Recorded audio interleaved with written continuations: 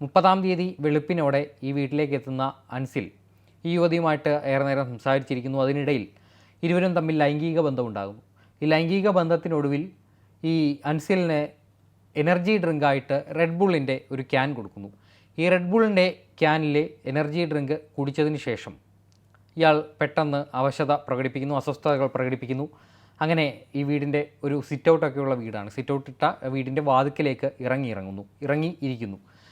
അപ്പോൾ ഈ അൻസിൽ സുഹൃത്തിനെ, ഇവരുടെ അൻസിലിൻ്റെ മാതാവിൻ്റെ സഹോദരീ പുത്രൻ ഒരു അലി അക്ബർ ഉണ്ട്. ഇയാളാണ് ആദ്യം പോലീസിലൊരു പരാതിയായിട്ട് ഇത് കൊടുക്കുന്നത്. വധശ്രമമായിട്ട് BNS 109 കോതമംഗലം പോലീസ് ഈ കേസെടുത്തത്. അപ്പോൾ അലി അക്ബർ എന്ന് പറയുന്ന മൂവാറ്റുപുഴ സ്വദേശിയായ ഈ അൻസിലിൻ്റെ മാതൃ സഹോദരി പുത്രനെ ഈ അൻസിൽ വിളിച്ചിട്ട് പറയുന്നു, അവൾ എന്നെ ചതിച്ചു, എനിക്ക് വിഷം തന്നു എന്ന് പറയുന്നു. അങ്ങനെ അൻസിൽ പെട്ടെന്ന് തന്നെ ഈ ചേലാടുള്ള വീട്ടിലേക്ക് എത്തുന്നു. ഇയാൾ തന്നെ പോലീസിനെയും ഈ വിവരം അറിയിക്കുന്നുണ്ട്.